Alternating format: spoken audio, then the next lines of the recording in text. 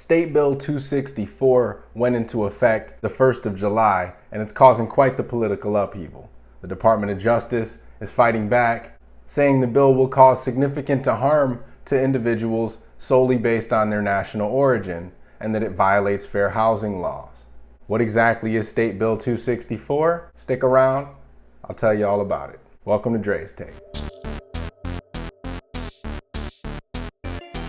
So State Bill 264 is Florida's new law targeting what the state deems as foreign countries of concern, and limits the ability of nationals of those countries or the governments of those countries themselves buying or owning real estate in the state of Florida.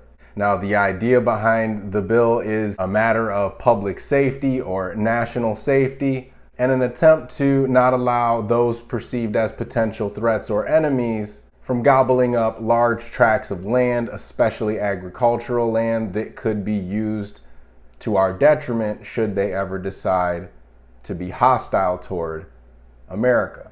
The countries on the list include the usual suspects: China, Russia, Iran, North Korea, Cuba, Venezuela, and Syria. Now, I obviously believe that governments of some of these countries are adversarial and a potential threat to America. And I do believe that some measures need to be taken in order to protect us from potential aggression or hostility. However, I also think that those measures need to be carefully vetted and thought through to ensure that people are not being hurt and professionals in the industry are not being hurt. And so how this bill falls short, in my opinion, is it opens up a gray area that we desperately need clarity on. For instance, a real estate agent can't just assume somebody's national origin or discriminate based on somebody's national origin, ethnicity, or race.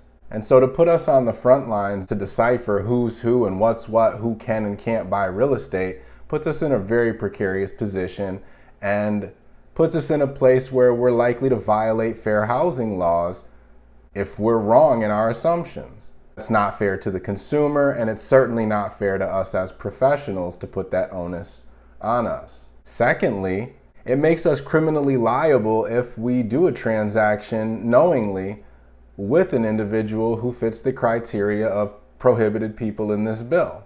But how are we supposed to know? It's incredibly vague about how we're supposed to go about this, and opens us up to a ton of liability and potential criminal liability on both sides, whether we do the deal or deny or refuse to do the deal. If we're wrong on either side or go about it wrong, we could be in some serious hot water. I don't think that's fair to the public nor to us. Anyway, the Department of Justice issued a 22-page summary fighting back against the bill. And I'm glad they did, because I'd like for this to have more dialogue built up around it so that there can be some compromise and more clarity offered to the general public and us as professionals on how to go about handling this situation. It's not that I don't think it's important, I just think that it needs to be handled with care, diligence, and better clarity for all those involved to make sure that everyone's protected. Anyway, we'll see how the case proceeds between the Department of Justice and the state of Florida and see how it all shakes out.